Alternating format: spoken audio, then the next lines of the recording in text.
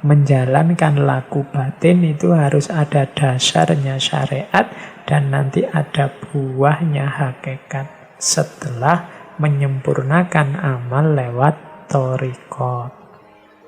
Karena rupanya banyak orang yang salah paham terhadap tasawuf. Dianggapnya tasawuf itu sudah anti syariat, tidak menjalankan syariat lagi. Dianggapnya orang-orang sufi itu sudah merasa makomnya tinggi sehingga sudah tidak mau syariat lagi. Padahal kalau teman-teman jeli menjelajah banyak gagasan-gagasan tasawuf, selalu saja disebut ada keterkaitan antara syariat, thariqat, dan hakikat. Ini juga harus diperhatikan untuk membuat kita jadi orang yang beradab serta berakhlak. Yang ketiga, adab kasbi.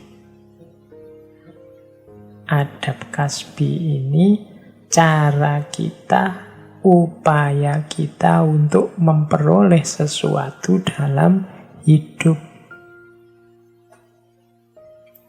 Cara kita cari uang, cara kita cari ilmu, cara kita, dan lain sebagainya. Kasab itu kan artinya memperoleh. Kita punya target, punya cita-cita, punya keinginan duniawi, maka harus kita perhatikan cara memperolehnya. Itu namanya adab kasbi. Yang keempat,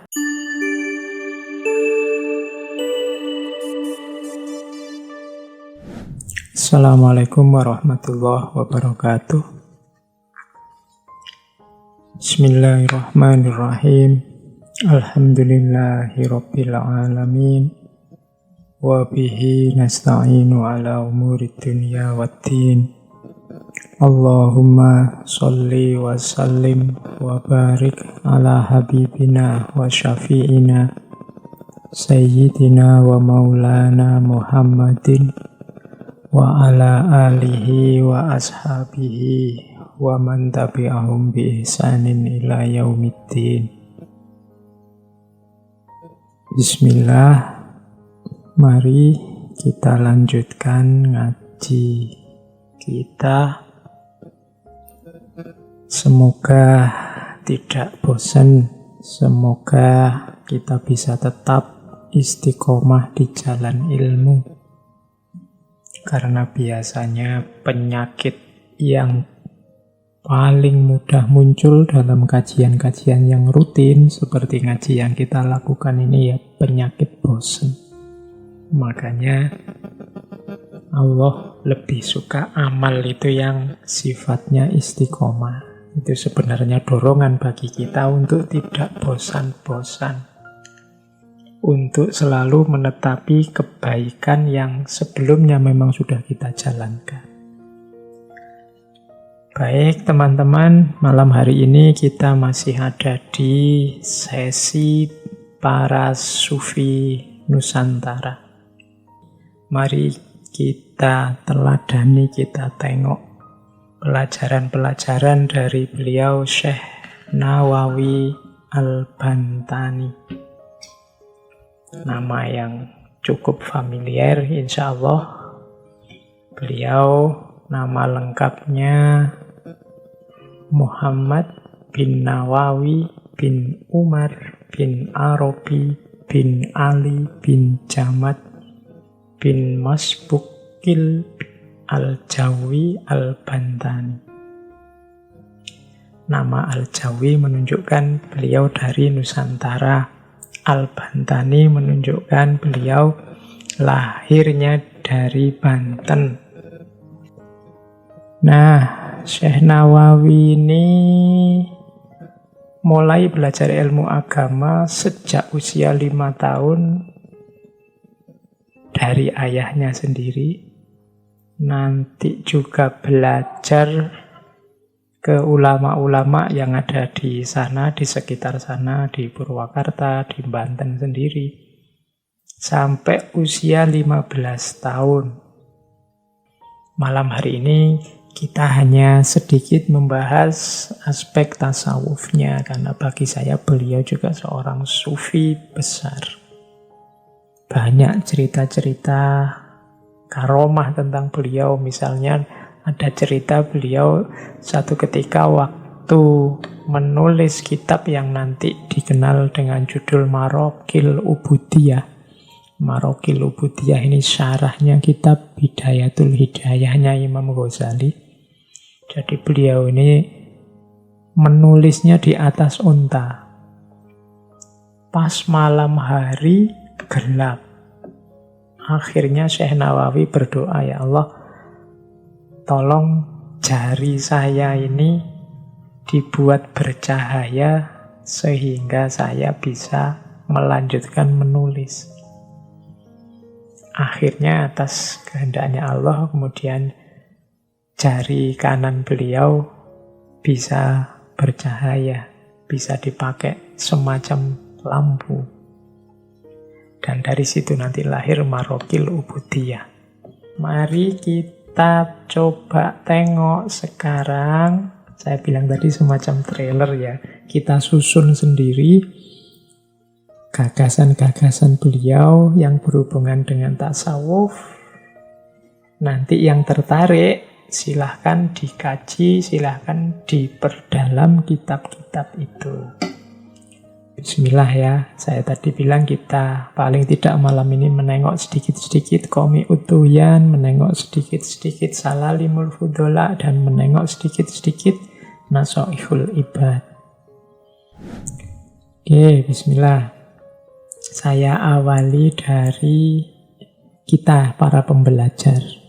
Nih, yang sedang belajar, perhatikan yang pertama, ayo ditata niatnya. Saya bolak-balik menyampaikan ini. Teman-teman mungkin juga bosan saya bolak-balik pesan niat, tapi memang intinya orang belajar diawali dari niat. Nah, kalau niat sudah benar kan nanti hasilnya juga akan benar, akan baik. Kalau menurut Syekh Nawawi, tujuannya orang belajar atau tujuannya pendidikan itu paling tidak ada 4. Jadi ayo kita niati kalau kita belajar punya 4 komponen ini. Yang pertama apa? Memperoleh ridho dari Allah. Jadi nawaitu, kita cari ilmu semoga mendapatkan ridho dari Allah. Kalau sudah dapat ridhonya Allah, insya Allah kita akan bertemu kebahagiaan-kebahagiaan, khususnya kebahagiaan akhirat. Jadi niat vertikalnya ini. Kemudian yang kedua, niatlah untuk mencerdaskan diri sendiri dan orang lain. Jadi pendidikan itu kita ingin cerdas, bareng-bareng orang lain juga biar cerdas, belajar dan mengajar. Kemudian yang ketiga, kita niati dengan belajar, dengan cari ilmu ini menghidupkan dan meninggikan Islam lewat jalan ilmu. Kalau kita meninggikan Islam, menghidupkan Islam lewat jalan ilmu, insya Allah hasilnya juga positif dan pasti baik, pasti benar. Kan ada orang-orang, mungkin 1-2 teman saudara kita yang ingin menghidupkan Islam, meninggikan Islam di jalan yang lain. Tapi hati-hati, karena kadang-kadang jalan yang lain itu terkontaminasi macam-macam. Bahkan ada yang ingin menghidupkan, meninggikan Islam dengan jalan misalnya kekerasan. Ada yang menghidupkan, meninggikan Islam dengan jalan menjatuhkan yang lain. Menghidupkan, meninggikan Islam dengan jalan berselisih, berkonflik dengan yang lain, dan lain sebagainya. Nah, kalau menurut Syekh Nawawi lebih positif, lebih bagus kalau kita menghidupkan dan meninggikan Islam dengan jalan ilmu. Di beberapa kesempatan saya sampaikan peradaban-peradaban besar dunia itu dia dominan menguasai dunia pada zamannya kuncinya ada pada penguasaan ilmu pengetahuan. Termasuk ketika dulu Islam jaya. Islam jaya dulu juga jalurnya jalur ilmu pengetahuan. Sehingga orang-orang dari seluruh penjuru dunia ingin belajar ke kita. Maka cara ini bisa kita ikuti sekarang. Ayo kita hidupkan, kita tinggikan Islam lewat jalur ilmu. Jadi jadikan ini salah satu niat kita saat belajar. Yang keempat, bersyukur atas nikmat akal dan nikmat kesehatan. Kita sempat belajar malam hari ini, termasuk kita mau belajar, itu adalah nikmat yang luar biasa dari Allah. Allah memberi kita kesehatan lahir, kesehatan batin, dan memberi kita hidayah sehingga kita mau belajar dan malam ini merasakan nikmatnya akal dan nikmatnya sehat. Berarti harus kita syukuri. Nawa itu kita belajar mencari ridho Allah biar kita pinter, biar kita cerdas, bisa menghidupkan dan meninggikan Islam lewat jalur ilmu, sekaligus menunjukkan rasa syukur kita atas nikmat akal dan nikmat kesehatan. Baik, teman-teman, kita awali kajian kita tentang Syekh Nawawi ini, khususnya dalam tema-tema tasawuf, dalam hal yang berhubungan dengan tasawuf. Seperti saya bilang tadi, kita milih beberapa yang mungkin relevan untuk yang minat dengan kajian tasawuf. Dan kemudian kalau teman-teman memang berminat, ya silahkan diperdalam sendiri. Tadi sudah saya sebut kitab-kitab tasawuf yang ditulis oleh Syekh Nawawi, antara lain Salalim Al-Fudola, kemudian Qomi Utuyan, dan juga Nasoihul Ibad. Kita awali pertama dari Salalim Al-Fudola. Saya ambil isu dasarnya dulu dari Salalim, yaitu keterkaitan antara syariat, thariqat, dan hakikat. Ini 3 istilah yang dibahas oleh banyak sufi, karena rupanya banyak orang yang salah paham terhadap tasawuf. Dianggapnya tasawuf itu sudah anti syariat, tidak menjalankan syariat lagi. Dianggapnya orang-orang sufi itu sudah merasa makomnya tinggi sehingga sudah tidak mau syariat lagi. Padahal kalau teman-teman jeli menjelajah banyak gagasan-gagasan tasawuf, selalu saja disebut ada keterkaitan antara syariat, thariqat, dan hakikat. Syariat itu berarti ketetapan-ketetapan Allah untuk kita jalankan, termasuk larangan-larangannya untuk kita tinggalkan, yang itu disebut dalam Al-Quran dan Sunnah. Wilayahnya adalah wilayah fikih. Sholat, zakat, puasa, sedekah, wudhu, dan lain sebagainya. Ini namanya syariat. Ada dasarnya Al-Quran, ada dasarnya Sunnah. Semua perilaku kita sebagai seorang yang beragama, seorang Muslim, harus punya dasar, punya akar dalam syariat. Tidak boleh ngarang sendiri. Cuma syariat ini akan hanya jadi formalitas, tidak punya nilai, tidak ada rasanya, bahkan mungkin dangkal kalau tidak diperdalam lewat jalur thariqat.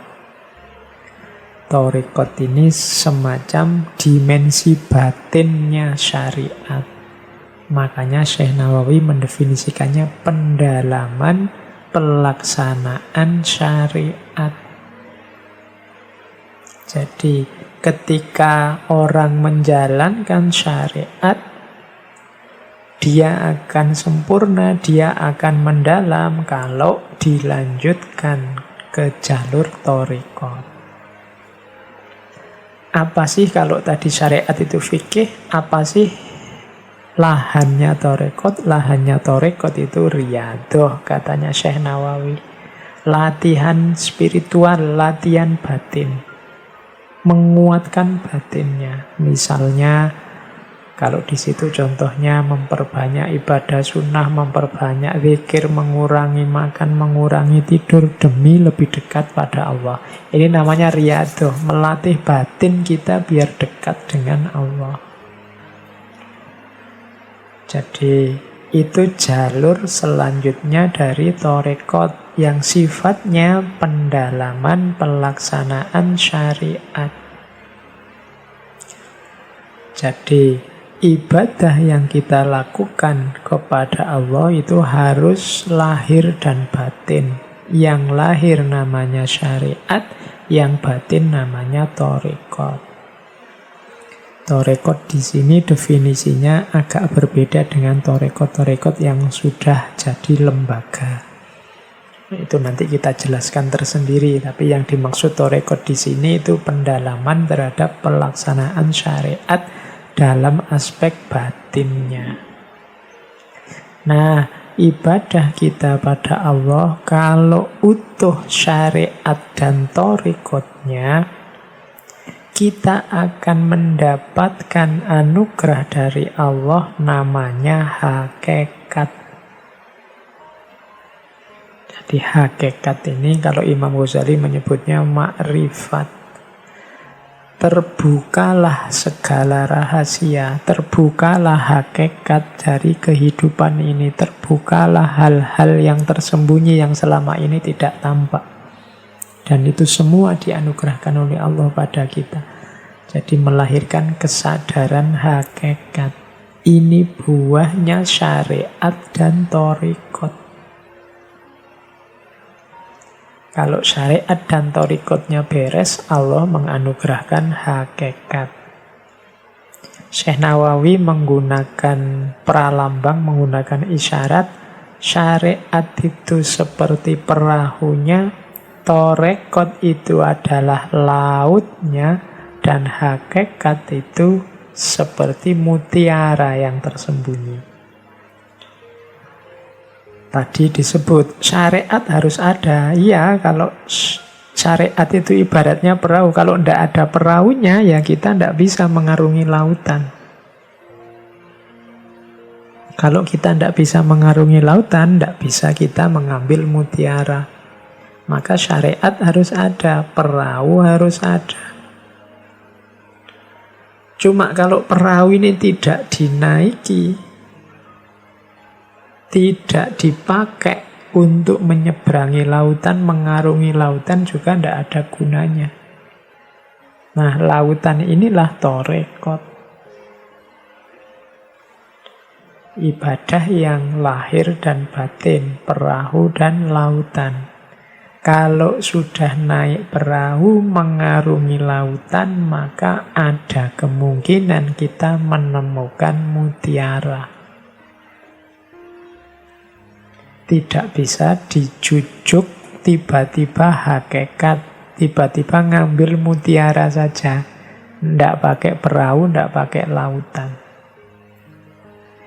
Jadi kita ikuti alur berpikirnya Syekh Nawawi bahwa menjalankan laku batin itu harus ada dasarnya syariat dan nanti ada buahnya hakikat setelah menyempurnakan amal lewat thariqat. Ini bisa dilihat di Salalim Al-Fudola. Terus kalau sudah ngerti petanya syariat, thariqat, hakikat, sekarang saatnya melakukan perjalanan di dunia sufi, menempuh jalan sufi. Ini nanti Syekh Nawawi dalam Salalim Al-Fudzola memberi 9 wasiat yang harus diperhatikan oleh mereka yang berminat untuk menempuh jalan batin. Mari kita lihat satu-satu yang 9 ini. Siapa tahu bermanfaat untuk kita. Karena kalau mau diteliti, banyak problem-problem hidup kita itu bukan karena dimensi lahiriahnya yang kacau, tapi semuanya berawal dari batin kita yang tidak tergarap serius. Maka tema-tema sufi seperti yang kita bahas malam hari ini menurut saya penting untuk membawa harmoni dan kestabilan dari banyak kekacauan-kekacauan yang terjadi di sekeliling kita hari ini. Nah, yang pertama harus ditempuh oleh siapapun yang berminat menggarap batinnya adalah taubat. Taubat ini tema yang dibahas oleh hampir semua sufi dan merupakan gerbang pertama yang harus dilalui oleh para salikin yang berjalan di jalan sufi. Taubat itu berarti sadar bahwa dirinya punya banyak salah, banyak dosa. Setelah sadar, memohon ampun kepada Allah. Setelah mohon ampun, niat secara sungguh-sungguh untuk tidak mengulangi lagi kesalahan yang sudah dilakukan. Kemudian yang keempat, kalau itu menyangkut haknya orang lain yang kita langgar atau kita ambil, maka dalam ranah taubat harus kita kembalikan hak orang lain itu. Jadi taubat itu variabelnya 4. Ada penyesalan, ada mohon ampun, ada niat yang sungguh-sungguh untuk tidak mengulang, dan ada mengembalikan hak orang lain kalau ada yang terambil atau terikut. Kalau menyesal mungkin agak mudah, karena kita juga sering menyesal kalau melakukan dosa. Mohon ampun ya dengan mengucapkan istighfar pada Allah di banyak kesempatan. Nah, yang ketiga ini yang agak berat. Niat dan berusaha sungguh-sungguh untuk tidak mengulangi. Kadang-kadang niat untuk tidak mengulangi saja kita ini ragu-ragu. Apa bisa ya Pak, saya tidak ngulang lagi. Melihat watak saya kok ya susah. Kalau niat saja tidak berani, ya tobatnya jadinya tidak utuh, tidak taubatan nasuha.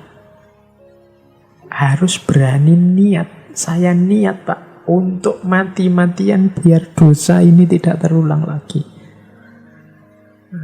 Ya bahwa mungkin nanti kepeleset lagi, semoga tidak karena disengaja. Karena kalau disengaja kan sejak tadi sudah menguatkan tekad. Kalau sejak awal tidak berani jamin akan tidak mengulangi lagi, ya namanya tidak jadi tobat.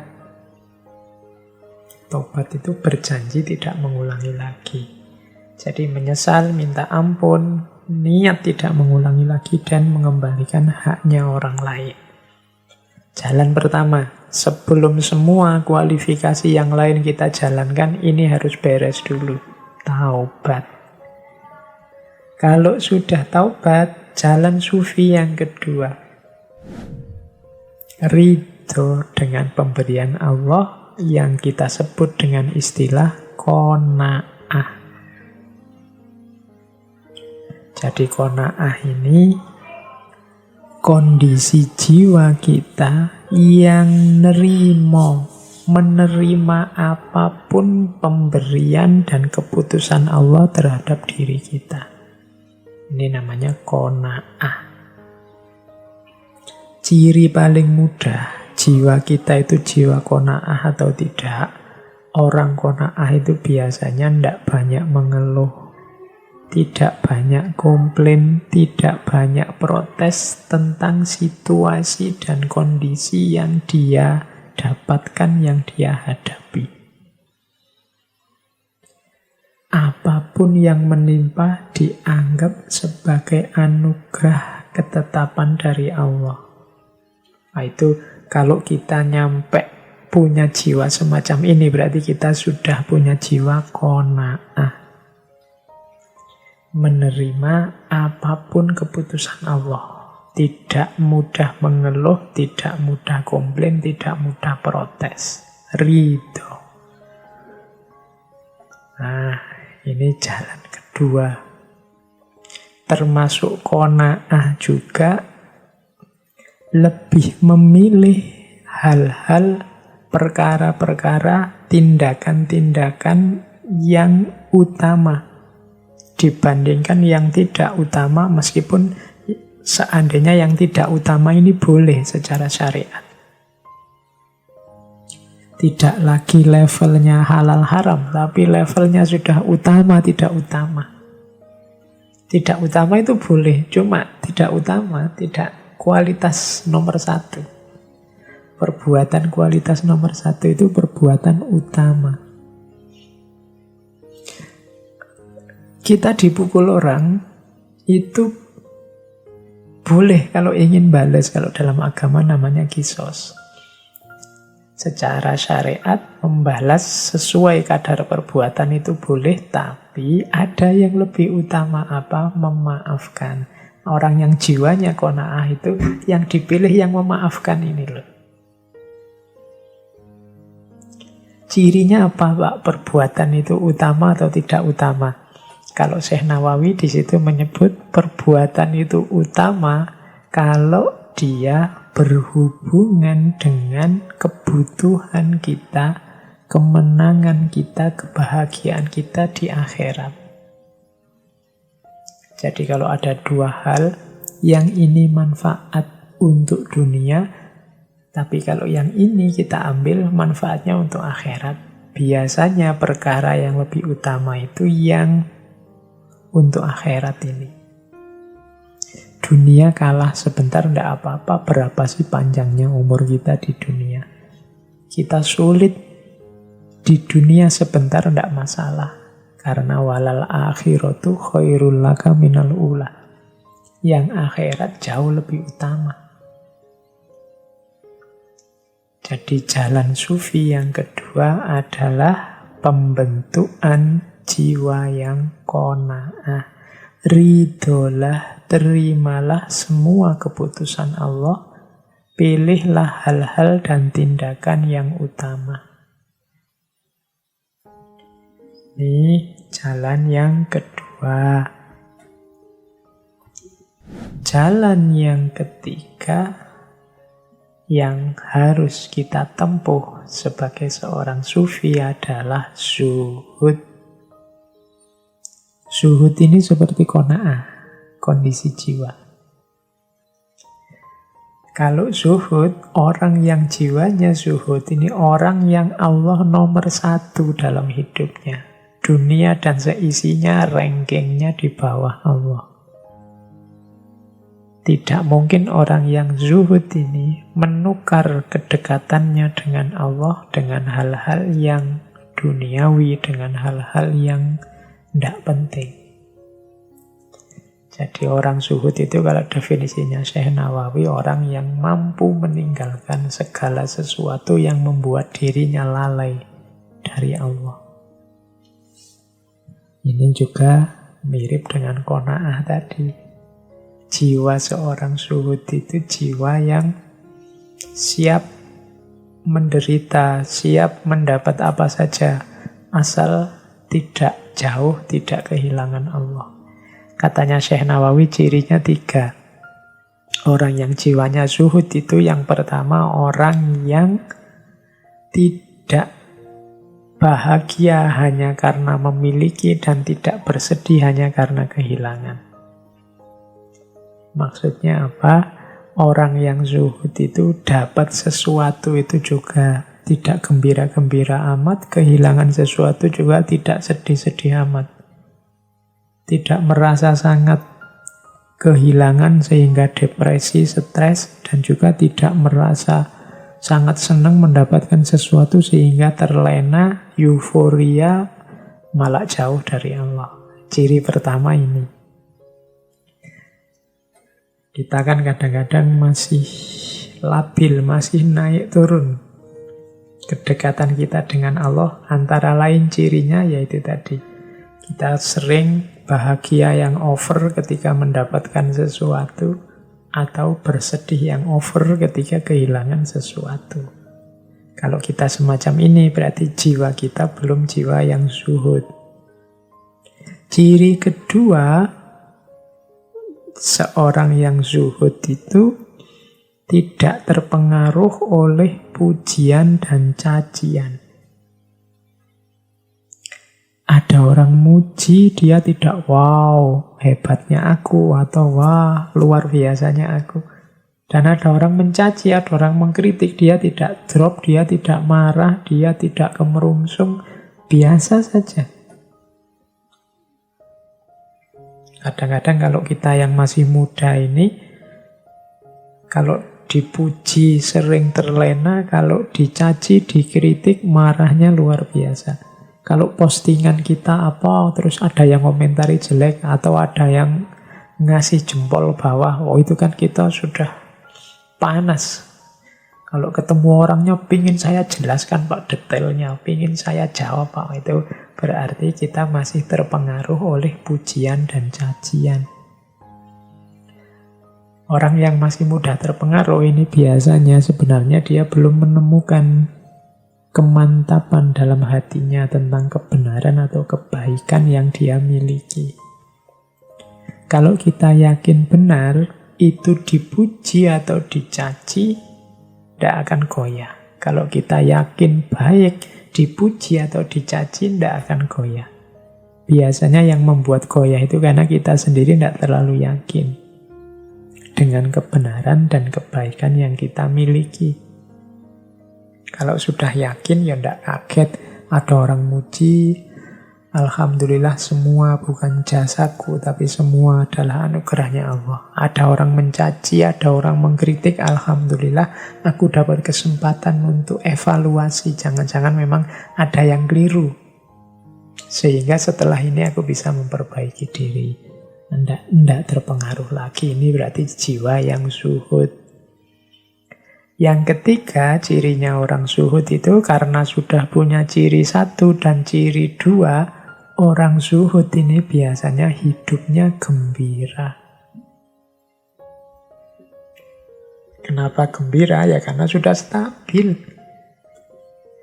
Tidak kaget kalau dapat sesuatu, kemudian tidak sedih kalau kehilangan sesuatu, tidak terpengaruh oleh pujian dan cacian, ya pasti saja dia gembira, hidupnya stabil, tenang, ada apa-apa tidak kaget.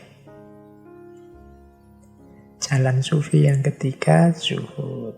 Jadi, ayo tobat, mari membentuk jiwa yang qanaah. Yang ketiga, mari membentuk jiwa yang zuhud.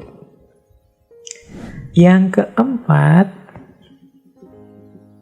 untuk menempuh jalan sufi, kita harus tidak bosan menambah ilmu, tidak bosan belajar ilmu syariat. Kalau pakai istilahnya Syekh Nawawi. Ilmu syariat itu menurut Syekh Nawawi ada 3. Yang pertama, membahas tentang hal-hal lahiriah yang harus kita jalankan. Apakah itu ibadah, apakah itu muamalah. Ilmunya namanya ilmu fikih. Tentang wudhu, tentang sholat, tentang zakat, tentang haji. Ini namanya ilmu fikih. Belajar tentang peribadatan dan muamalah kita di hadapan Allah dari aspek fisiknya, lahiriahnya. Harus tahu ini. Kalau ini tidak tahu nanti tidak ada dasarnya. Tadi kan di depan dasarnya orang nyampe ke makom hakikat itu harus didahului oleh tarekat yang didasari oleh syariat. Maka harus kenal ilmu yang pertama ini, fikih. Dan juga harus kenal ilmu yang kedua, ilmu akidah. Akidah ini berhubungan dengan keimanan. Kenapa ini penting? Ya karena dasarnya semua perilaku agama itu akidah. Keimanan kita pada Allah.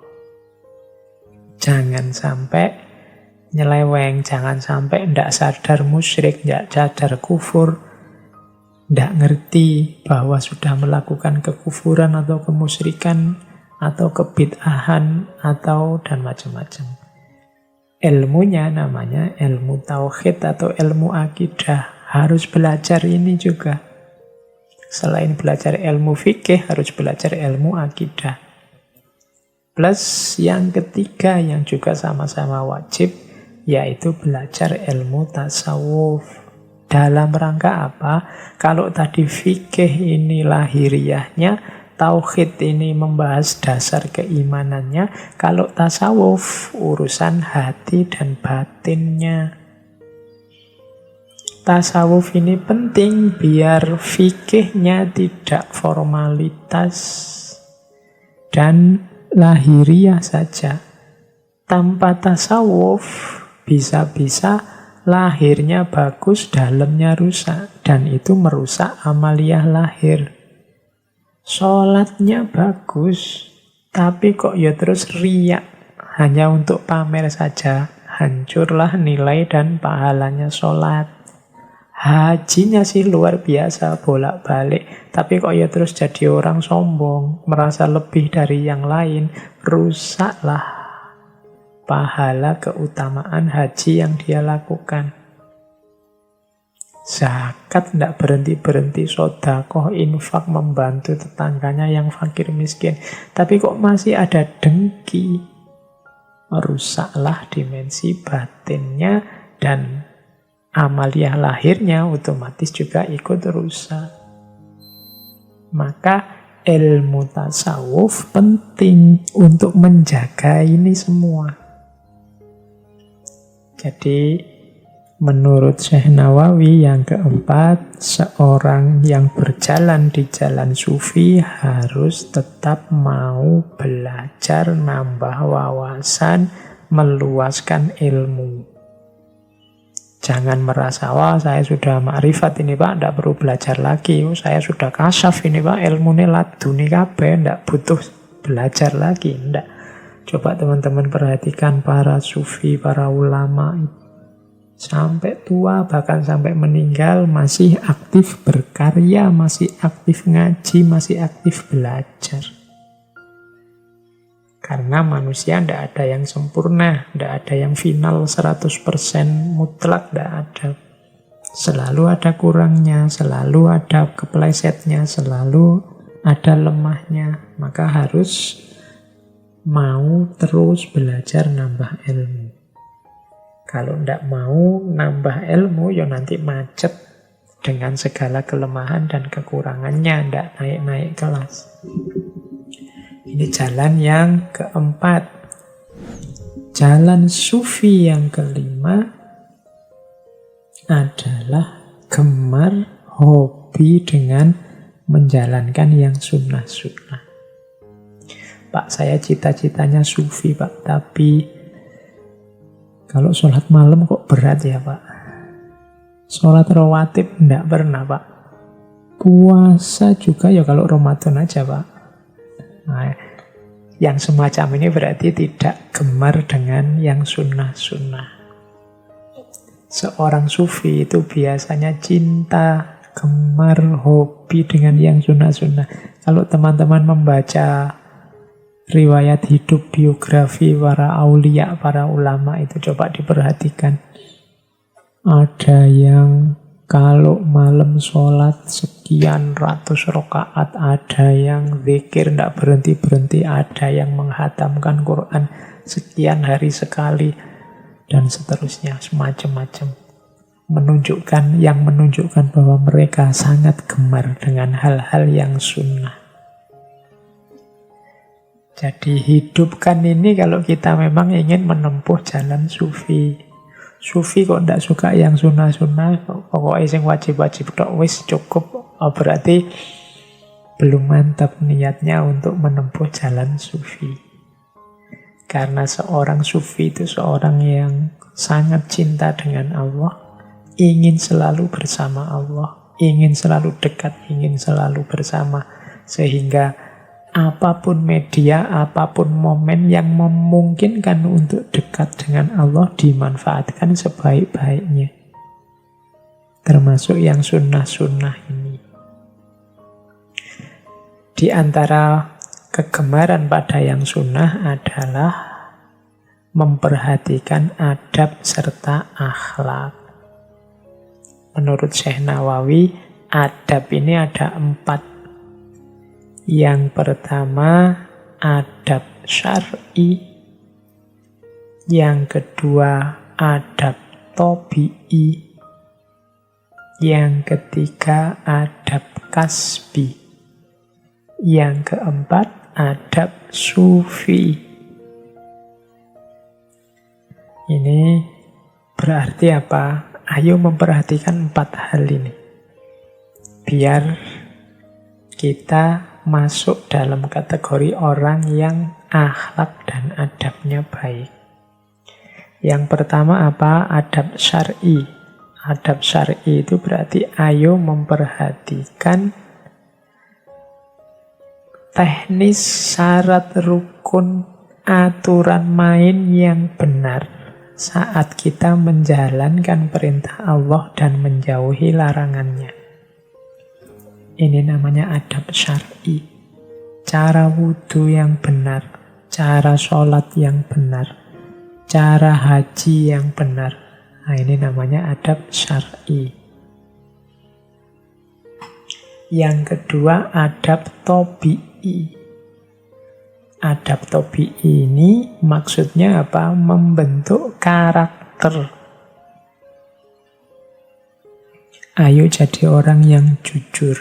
Ayo jadi orang yang penyayang. Ayo jadi orang yang pemaaf. Ini namanya adab tabi'i.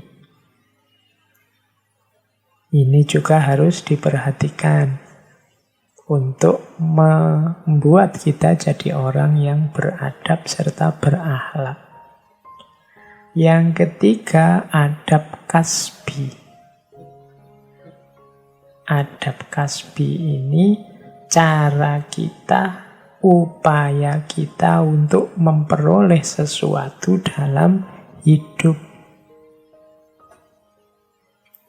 Cara kita cari uang, cara kita cari ilmu, cara kita dan lain sebagainya. Kasab itu kan artinya memperoleh. Kita punya target, punya cita-cita, punya keinginan duniawi, maka harus kita perhatikan cara memperolehnya. Itu namanya adab kasbi. Yang keempat, adab sufi. Kalau adab sufi ini hubungannya dengan akhlak yang diajarkan dalam tasawuf.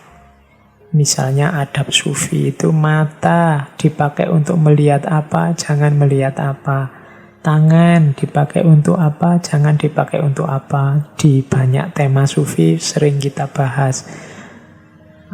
Atau silahkan dicek misalnya di Bidayatul Hidayah, itu seperti kemarin. Hidung, apa yang harus dilakukan dan jangan dilakukan. Telinga, apa yang harus dilakukan dan jangan dilakukan. Nah, ini namanya adab sufi. Jadi di antara hobi, kegemaran seorang sufi pada yang sunnah adalah perhatian terhadap akhlak serta adab. Yang itu isinya adab syar'i. Ayo diperhatikan cara teknis, metode yang benar untuk menjalankan syariat Allah. Yang kedua adab tabi'i. Ayo membentuk karakter kita dengan karakter akhlak yang karimah, akhlak yang mulia, yang baik. Ada adab kasbi. Ayo melakukan sesuatu, memperoleh sesuatu dengan cara yang beradab, dengan cara yang baik. Dan ada adab sufi. Oke, ini jalan sufi yang kelima. Menempuh jalan sufi dengan cara gemar, senang melaksanakan hal-hal yang sunnah. Terus, yang keenam. Jalan sufi yang keenam, Syekh Nawawi memberi kita wasiat untuk membentuk karakter tawakal. Tawakal ini nanti kalau di Indonesia diserap menjadi berhubungan dengan kata-kata wakil. Atau teman-teman mungkin masih ingat salah satu kalimat thayyibah, hasbunallah wa ni'mal wakil. Allah itu ni'mal wakil. Sebaik, senikmat-nikmatnya wakil yang bisa dipasrahi. Maksudnya apa? Allah lah tempat untuk berserah diri yang paling puncak, paling baik. Kalau kita sudah bisa membentuk sikap menyerahkan diri sepenuhnya pada Allah, itulah yang disebut jiwa yang tawakal. Jadi bertawakal berarti menyerahkan diri, berserah diri terhadap Allah dalam segala hal. Kehendakku, kehendak kita serahkan pada kehendaknya Allah. Biasanya tawakal ini digandengkan dengan ikhtiar. Ikhtiar itu berusaha. Ikhtiar kemudian tawakal. Seorang sufi harus memiliki jiwa yang tawakal. Lawannya tawakal apa? Orang yang merasa mampu, merasa bisa, orang yang merasa kuasa, ini orang yang susah untuk bertawakal. Makanya menurut Syekh Nawawi dalam Salalimul Fudola itu tawakal itu diantara karakternya adalah fakir. Fakir itu orang yang merasa fakir, merasa lemah, merasa kurang, merasa tidak mampu. Kalau teman-teman membaca banyak kitab-kitab para ulama besar, itu mereka sering di depan namanya sendiri yang resmi ditambahi gelar sendiri al-fakir.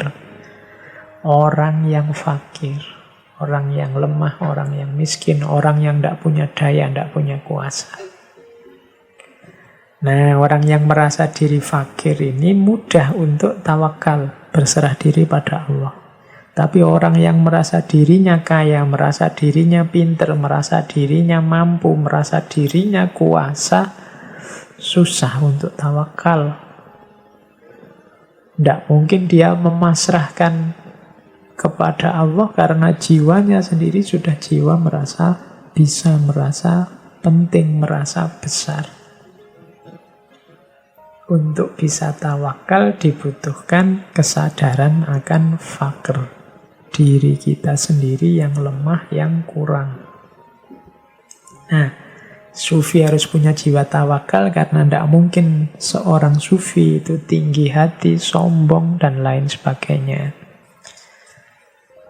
Terus, itu yang keenam. Jadi apa saja tadi? Taubat, kemudian qanaah, kemudian zuhud, kemudian mau belajar terus, kemudian senang melakukan hal-hal yang sunnah. Yang keenam, tawakal.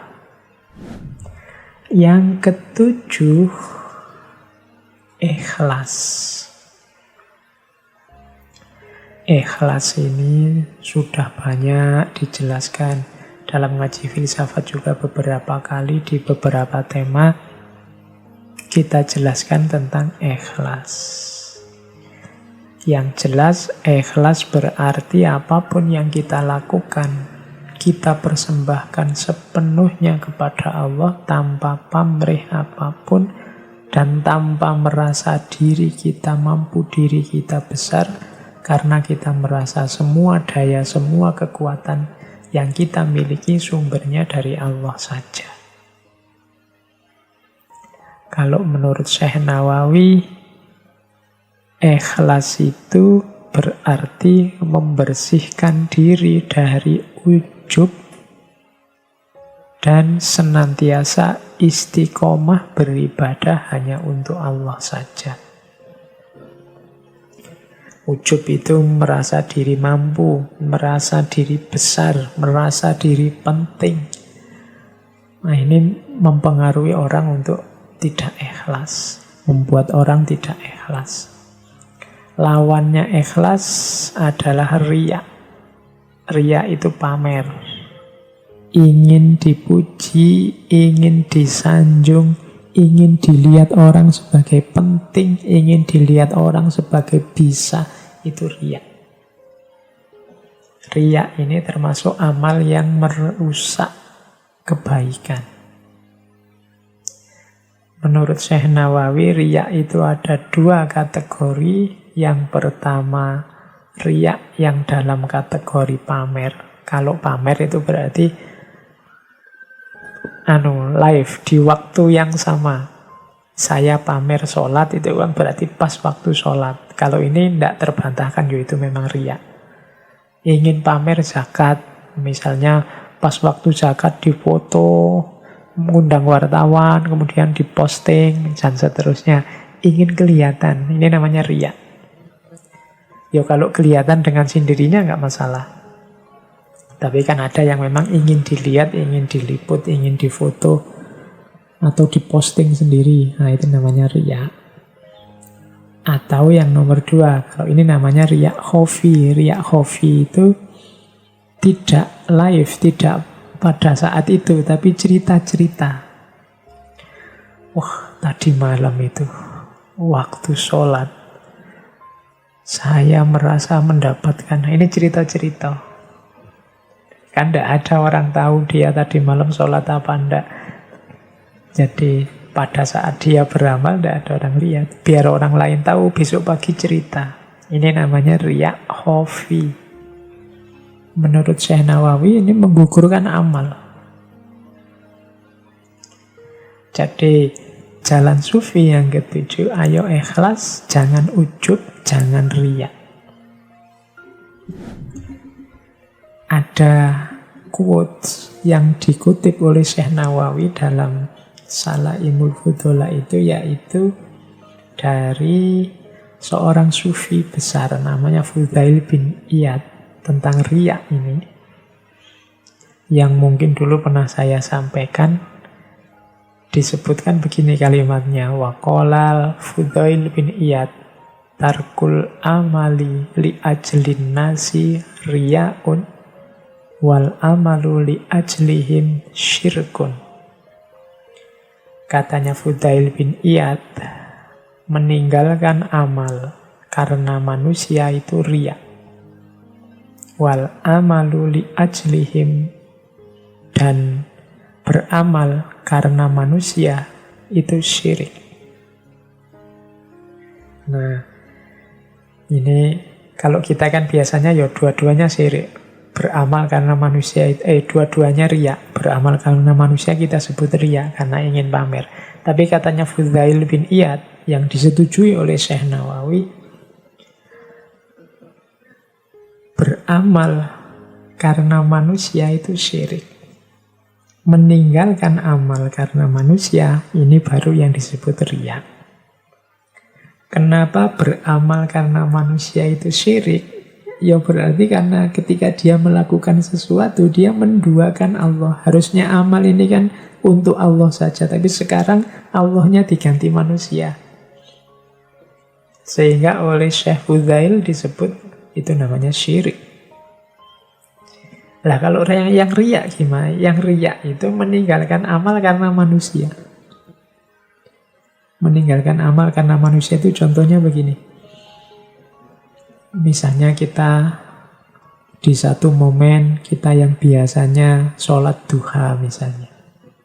Kok yo pagi ini pas bareng teman-teman ini. Biasanya saya sholat duha sih. Tapi saya mau pamit sholat duha ndak enak ah. Nanti dianggap sok soleh atau dianggap alah sunnah aja atau lah. Karena malu pertimbangan manusia terus tidak jadi sholat duha. Nah, ini namanya riya. Jadi berarti apa? Kita meninggalkan duha karena pertimbangan manusia. Bukan karena Allah. Sebenarnya sih sunnah, tapi karena pertimbangannya pertimbangan manusia, biar orang melihatku, oh ndak sih dia bukan orang soleh, oh ndak sih dia orangnya biasa saja, oh ini pertimbangan manusia. Maka itu namanya riya, ada yang ingin dia pamerkan. Oh anak ini lo ndak suka pamer, anak ini sebenarnya rajin Senin Kemis tapi dia ndak diperlihatkan dan seterusnya. Kita ingin dianggap seperti itu, sebenarnya itulah riya. Anak ini sebenarnya baik luar biasa loh. Nggak pernah posting aja dia. Sebenarnya dia ini amalnya banyak. Dia nggak pernah pamer aja. Padahal itu kita sengaja nggak posting, sengaja nggak pamer. Biar dipuji seperti itu. Nah itu namanya riya. Tapi kebalikannya, kalau kita beramal karena manusia itu nggak cuma riya, tapi syirik. Berarti Allah kita padankan dengan manusia yang lain. Itu namanya syirik. Jadi ini pandangan dari Syekh Fudzail bin Iyad tentang riya yang merupakan lawannya ikhlas. Berarti harusnya bagaimana Pak? Ya sudah, pertimbangan manusia itu jangan jadi ukuran. Jangan jadi parameter untuk kita melakukan sesuatu atau tidak melakukan sesuatu. Pertimbangannya harus pertimbangan Allah saja. Jangan pamer gelar haji, tapi juga jangan mati-matian menolak disebut orang haji. Kenapa mati-matian menolak juga jangan? Jatuhnya seperti itu tadi. Paling tidak, kalau ada orang mati-matian menolak, menunjukkan sebenarnya dia juga masih ribut, masih sibuk dengan panggilan. Terserahlah orang manggil apa, fokusku hanya Allah saja. Nah, itulah nanti yang jadi jalan untuk ikhlas. Terus jalan sufi yang ke-8 adalah uzlah. Ini kalau uzlah ini agak dekat dengan zuhud, agak dekat dengan qanaah. Tapi uzlah, kalau tadi zuhud sama qanaah kan pembentukan jiwanya. Kalau uzlah ini ada aktivitasnya, yaitu aktivitas menjauh dari keramaian. Karena takut dapat pengaruh yang buruk. Jadi uzlah itu menghindar kerumunan karena khawatir dapat pengaruh buruk. Alasan khawatir dapat pengaruh buruk ini penting karena nantinya kalau dianggap oh sudah tidak ada pengaruh buruk atau oh enggak kok ini orang-orang soleh semua, ya berarti tidak menjauh lagi. Mungkin sudah balik mendekat karena bisa mengambil manfaat. Jadi uzlah itu kalau merasa misalnya sampean merasa wah saya ini kalau masih bareng teman-temanku ini Ndak iso aku soleh-soleh ini, ndak iso aku beres batinku.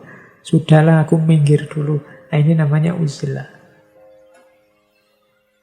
Aku pulang kampung dulu aja, atau aku tak di kos-kosan di kamar aja. Ndak usah ikut-ikutan mereka keluar-keluar biar aku ndak terpengaruh. Nah, ini namanya uzlah. Jadi kehati-hatian agar tidak terpengaruh oleh orang lain, itu namanya uzlah. Uzlah manfaatnya banyak, katanya Syekh Nawawi. Ini sebenarnya meminjam pandangannya Imam Ghazali. Uzlah itu yang pertama membuat kita fokus beribadah dan fokus untuk tafakkur. Karena biasanya orang yang masih sibuk, tenggelam dalam kesibukannya orang banyak, itu berpikirnya tidak bisa jernih, tidak bisa fokus. Karena pikiran kita masih rame, sekeliling kita masih rame. Kita tidak bisa fokus ibadah, tidak bisa fokus tafakkur. Sekali-sekali kita butuh uzlah. Sekali-sekali kita butuh menyendiri. Hari ini kan teman-teman pakai istilah me time. Waktu untukku sendiri. Nah, itu dalam dunia sufi ada istilah uzlah. Cuma ada muatan-muatan nilai-nilai sufistiknya. Jadi yang pertama fokus beribadah, tafakkur, manfaatnya. Yang kedua apa? Ya karena jauh dari yang lain, akhirnya selamat, tidak banyak terjebak oleh dosa dan maksiat. Yang ketiga, selamat juga karena jarang berinteraksi, akhirnya tidak banyak dapat fitnah, adu domba, bahkan katanya Syekh Nawawi utang piutang. Ya, kalau tidak ada temannya mau utang siapa? Jadi fokusnya hanya untuk Allah saja. Kemudian terbebas dari pengaruh buruk mencela orang lain, berprasangka buruk pada orang lain, mengadu domba orang lain. Yang kelima, dengan uzlah kita bisa mandiri, tidak tergantung pada orang lain. Kalau jauh dari orang itu kan kita tidak mudah lagi minta tolong. Kadang-kadang kita ini kalau pas banyak orang jadi manja. Ini minta dibantu, itu minta dibantu. Kadang ngambil pulpen yang di depan saja minta tolong orang lain.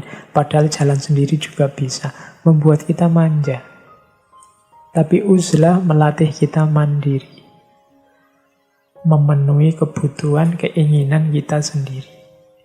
Melatih untuk bergantung hanya pada Allah saja, tidak bergantung pada orang yang lain. Kita tidak membebani orang lain. Itu manfaat yang keenam. Jadi menempuh jalan sufi ada opsi uzlah.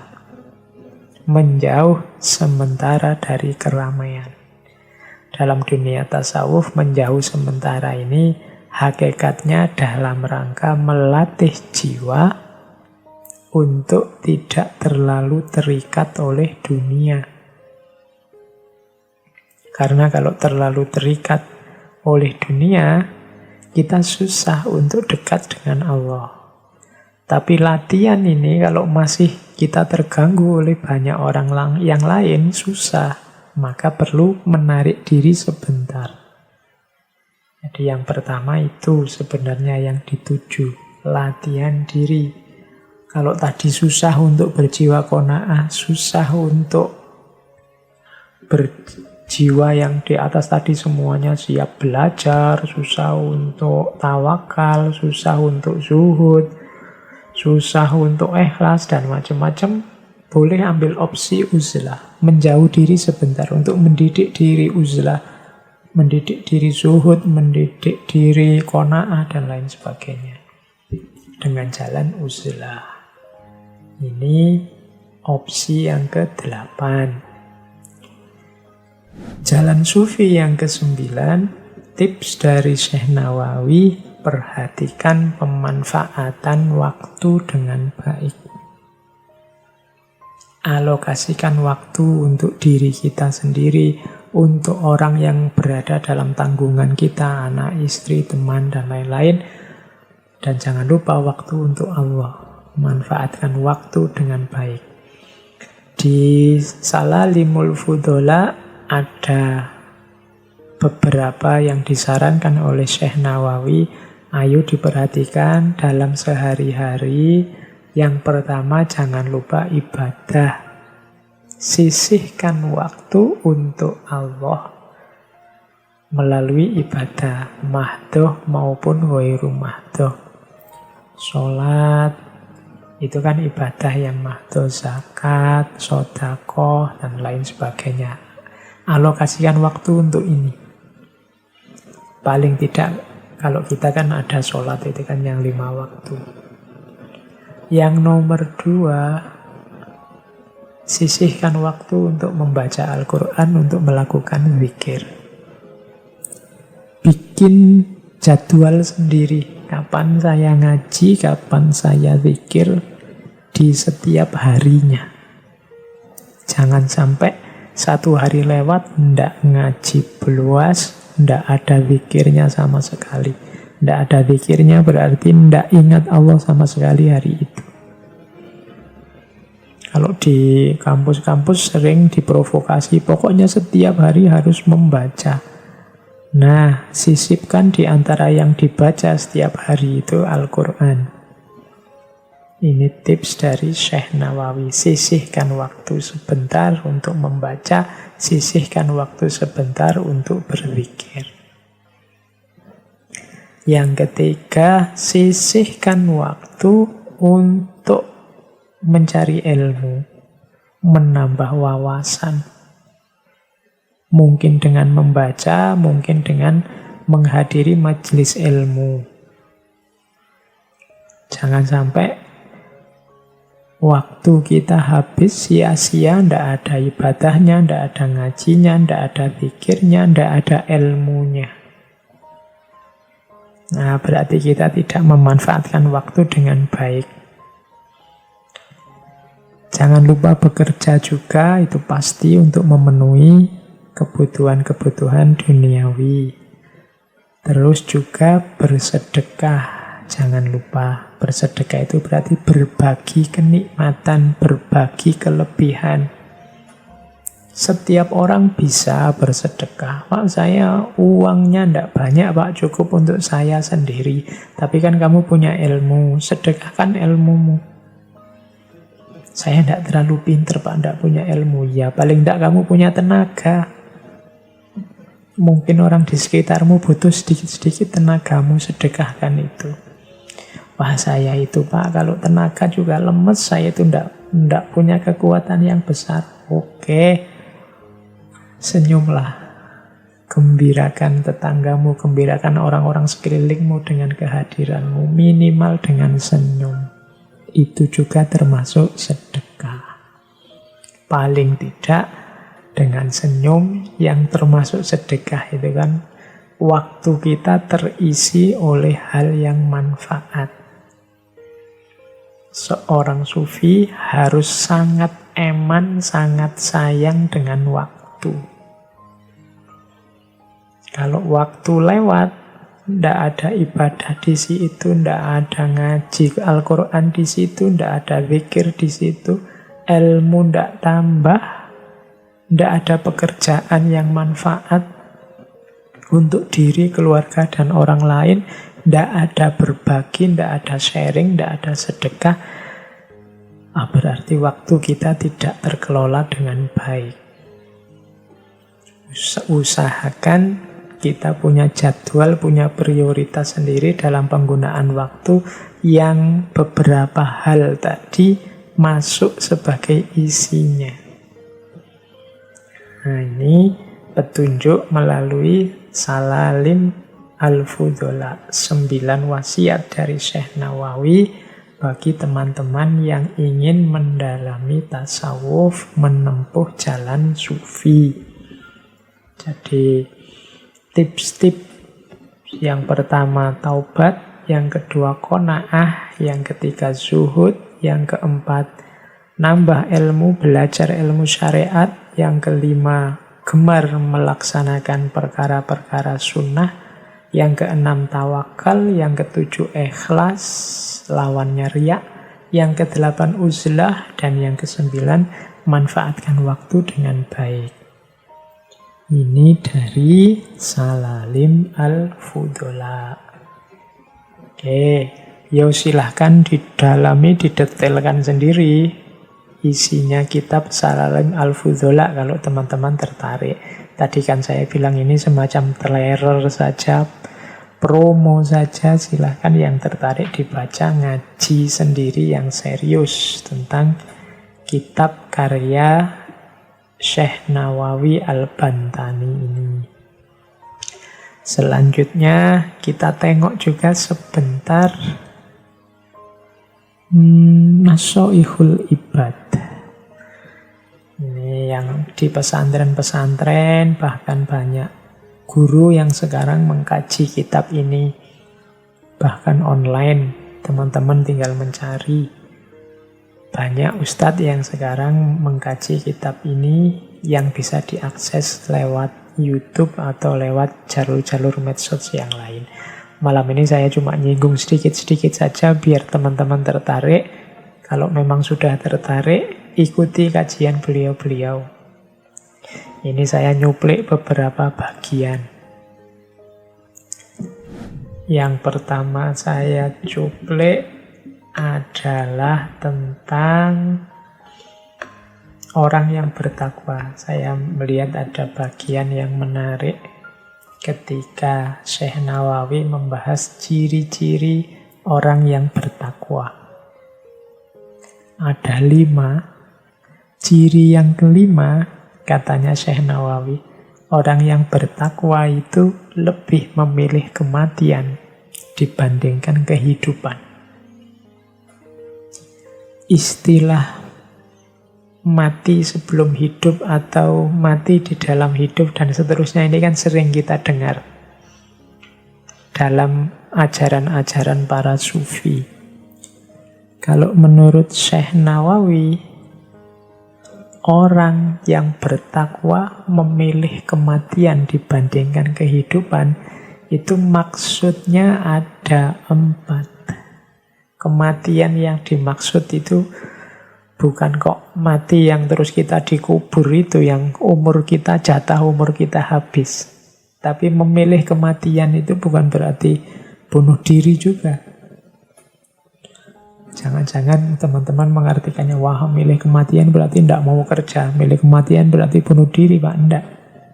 Kematian menurut Syekh Nawawi itu ada 4 kategori. Kematian dalam rangka sebagai cirinya seorang yang bertakwa. Yang ini pakai simbol-simbol warna. Ada mautun ahmar. Mautun ahmar itu kematian merah. Ada mautun abiyat. Mautun abiyat itu kematian yang putih. Ada mautun ahdor. Mautun ahdor itu kematian yang hijau. Ada mautun aswad. Mautun aswad itu kematian yang hitam. Mautun ahmar apa? Mautun ahmar itu pilihlah kematian dengan cara menentang nafsu. Kalau nafsu meminta ke atas, jalanlah ke bawah. Nah, mautun ahmar itu berarti mengalahkan nafsu. Itulah memilih kematian dalam kehidupan yang warnanya merah.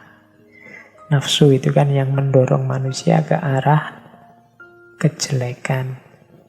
Maka taklukkan nafsumu dengan mautun ahmar, menentangnya. Kalau nafsu minta A, jangan dituruti, beri saja kebalikannya. Nah, yang kedua mautun abiyat. Mautun abiyat artinya apa? Lapar. Orang biasanya milih makan dan kenyang, tapi mautun abiyat pilihlah lapar. Ini termasuk definisi milih kematian dibandingkan kehidupan tadi. Milih lapar itu berarti apa? Lapar itu membuat batin jernih. Kebalikannya kenyang. Kalau kenyang membuat orang terlena, kurang daya untuk melakukan kebaikan. Tapi orang yang lapar, batinnya dan hatinya jernih dan bercahaya. Maka seorang sufi lebih memilih lapar. Yang ketiga, mautun ahdor, maut yang hijau. Kalau ini kesederhanaan, simbolnya pakaian. Jadi tidak bermewahan dalam berpakaian. Itu mautun ahdor. Tadi yang mautun abiyat lapar, kalau mautun ahdor ini sederhana. Dan yang terakhir mautun aswad. Mautun aswad itu tidak merasakan penderitaan yang datangnya dari makhluk karena dia hanya ingat Allah saja. Mautun aswad ini berarti apa? Hidup yang diwarnai oleh Allah saja. Dunia sudah tidak penting lagi, segala penderitaan, segala kesulitan yang itu duniawi tidak membuatnya gentar. Orang semacam ini tergolong orang yang bertakwa karena memilih kematian dibandingkan kehidupan. Memilih Allah dibandingkan dunia. Yang dia ingat hanya Allah saja. Segala penderitaan dunia tidak penting lagi. Ini seperti munajatnya Kanjeng Nabi setelah dikejar-kejar, dilempari batu berdarah-darah di Taif, yang kemudian Nabi bersabda, in lam takun wadiban alayya ya Allah, fala ubali, asal engkau tidak marah padaku wahai Allah, aku tidak peduli. Jadi yang diingat hanya Allah saja. Nah ini, bagian ini bisa dilihat di Nasoihul Ibad. Di Nasoihul Ibad juga saya bawa ada tentang salah satu hadis Nabi yang mungkin bisa jadi pelajaran buat kita. Diriwayatkan dari Nabi SAW, sesungguhnya beliau bersabda, barang siapa yang pada waktu pagi hari memasuki waktu subuh dalam keadaan mengadu kepada manusia tentang kesulitan hidupnya, maka seakan-akan ia telah mengadukan Tuhannya. Sesungguhnya pengaduan selayaknya hanya kepada Allah, karena pengaduan kesulitan hidup kepada Allah termasuk doa. Adapun mengadu kepada manusia menunjukkan tidak adanya ridho dengan pembagian Allah. Ini sabda Nabi yang mengingatkan kita, satu-satunya tempat kita mengadu dalam hidup itu ya Allah. Kalau kita mengadu ke manusia, itu menunjukkan sebenarnya kita tidak ridho kepada ketetapan Allah. Beda dengan kalau kita mengadu pada Allah. Kalau kita mengadu pada Allah, itu sebenarnya mirip seperti kalau kita berdoa meminta sesuatu kepada Allah. Jadi jangan mengadu pada manusia, karena hal itu membuktikan engkau sebenarnya sedang tidak ridho dengan pembagian dari Allah. Mengadulah pada Allah karena itu menunjukkan engkau sedang berdoa kepadanya. Ini nasihat dari Nasoihul Ibad. Silahkan nanti dicari bagian itu di Nasoihul Ibad. Nah, dari Nasoihul Ibad juga ada beberapa cerita, mungkin teman-teman sudah capek malam ini mendengarkan. saya ngomong tentang beliau, Imam Nawawi Al-Bantani. Kita akhiri sesi malam ini dengan beberapa cerita dari kitab Nasha'ihul Ibad. Cerita pertama saya bawa tentang Imam Ghazali. Ini ada pelajarannya. Jadi satu ketika ada orang bermimpi bertemu Imam Ghazali. Orang ini terus bertanya pada Imam Ghazali, "Wahai Imam, sampean dapat balasan apa? Apa yang Allah lakukan atas Anda?" Ini karena Imam Ghazali ini kan manusia yang luar biasa, dapat gelar Hujatul Islam, manfaat karyanya tidak henti-henti sampai sekarang, memberi manfaat pada orang lain. Menurut logika kita itu pasti beliau ini sudah mendapat tempat terbaik di sisi Allah. Terus makanya orang yang dalam mimpi bertemu beliau ini tanya seperti itu. Tapi Imam Ghazali menjawab, Allah menghadapkan aku kepadanya, lalu menanyakan padaku, dengan pahala apa aku menghadapnya?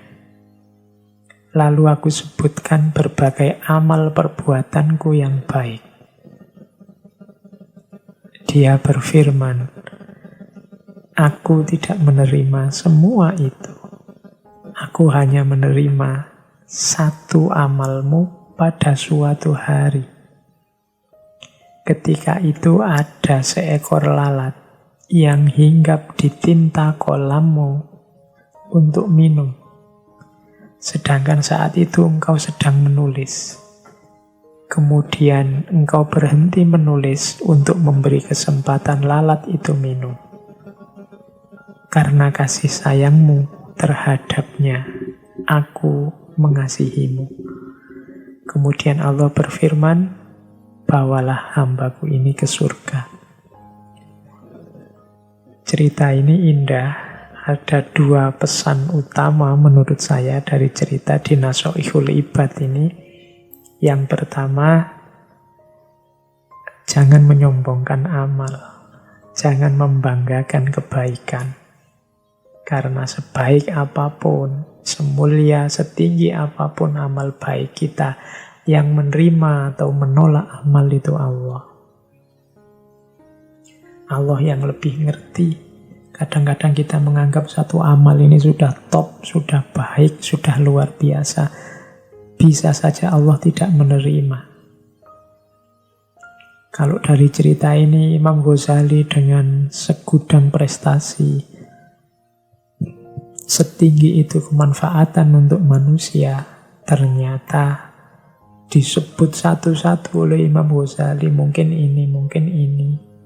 Allah malah berfirman, tidak ada satupun yang aku terima. Mungkin dengan bahasa yang lain, aku tidak tersentuh terhadap satupun amal yang engkau sebut.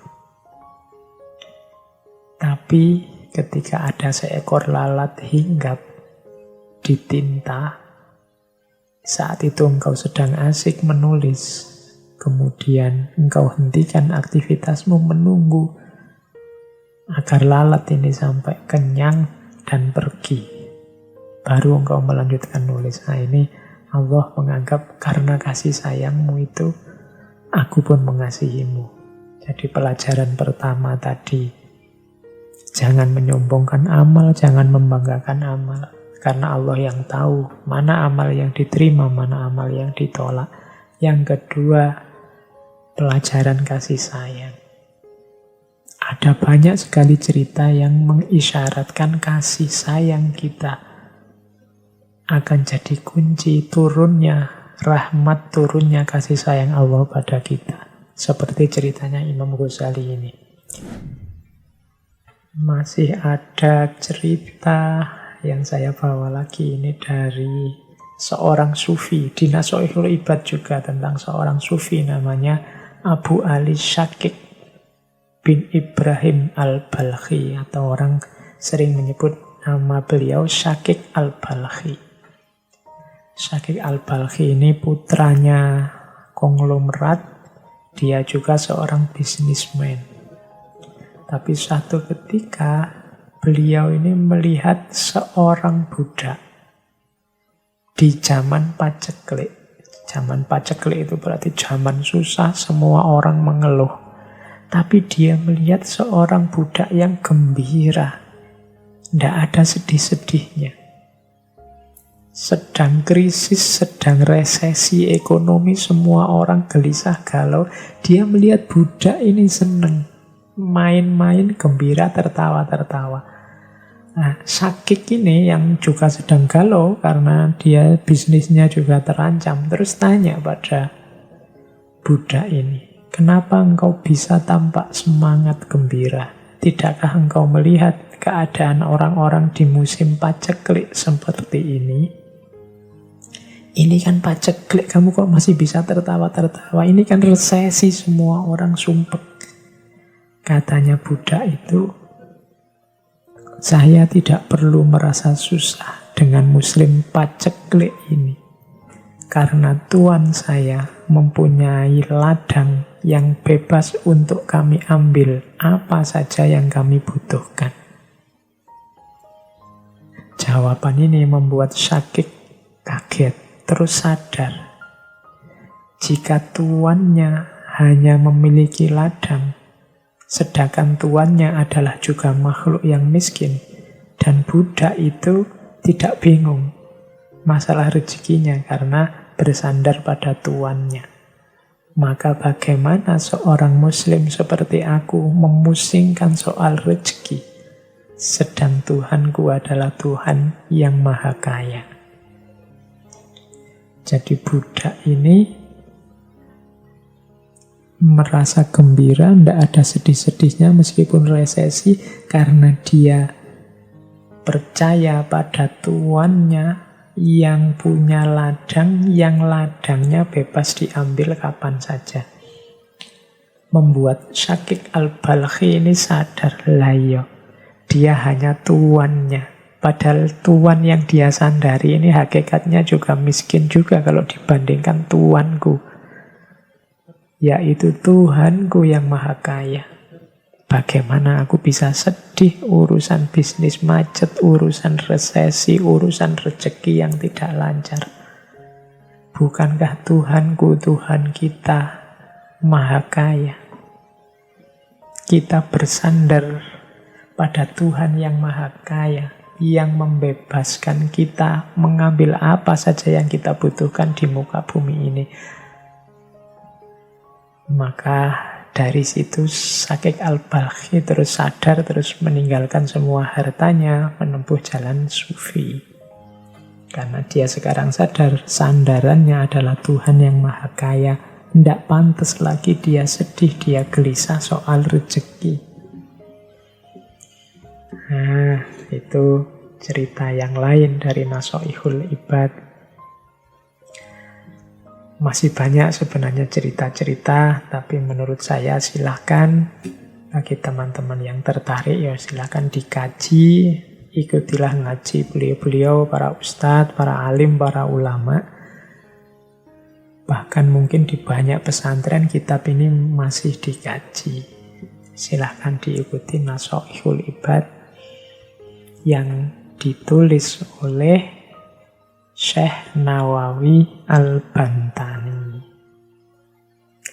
Baik teman-teman, saya kira itu dulu ya, sedikit pancingan-pancingan, sedikit kita tengok kitab-kitab karya-karya Syekh Nawawi Al-Bantani. Paling tidak malam hari ini kita tahu semacam itulah kira-kira beberapa gagasan tasawuf dari Syekh Nawawi Al-Bantani. Bagi yang tertarik dengan beliau ini, ya silahkan diperdalam. Beliau tidak cuma expert di bidang sufi, tasawuf, tapi juga punya banyak karya di bidang fikih, punya banyak karya di bidang hadis, di bidang akidah, dan lain sebagainya. Konon karya beliau jumlahnya bahkan sampai 115 judul kitab. Oh, itu lebih banyak jumlah kitab beliau, jumlah karya beliau kalau dibandingkan usia beliau sendiri.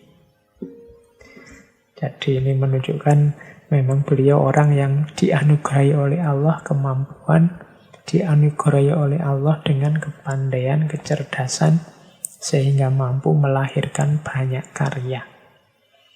Yang ini harusnya menginspirasi kita, membesarkan hati kita sebagai bangsa Indonesia, bahwa nenek moyang kita, kakek nenek kita dulu adalah orang-orang besar yang disegani, dihargai. Levelnya tidak cuma nasional, tidak cuma Nusantara, tapi juga internasional, diakui di mana-mana.